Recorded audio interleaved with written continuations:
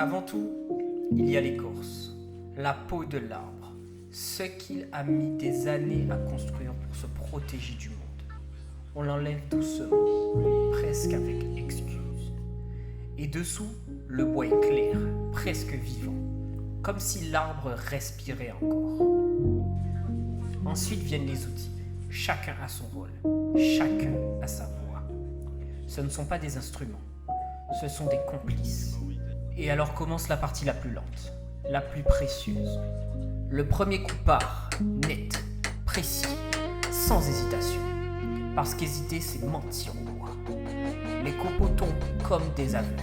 Chaque éclat, une vérité de plus. Il n'ajoute rien, il enlève tout ce qui cache. Comme on enlève le mensonge pour trouver ce qui reste. Le tigre, gardien des commencements, gardien des seuils, né dans les îles du Grand Pacifique, porté par les vents jusqu'aux Caraïbes.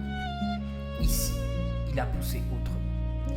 Il a pris la couleur des vieux bois tropicales, la chaleur de cette terre, le regard de ce monde. C'est ça, Gueule de Bois.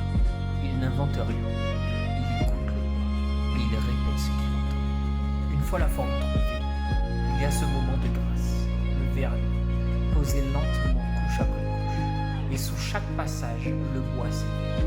Les veines apparaissent, les nuances profondes, les teintes chaudes que la lumière antillaise révèle comme une caresse.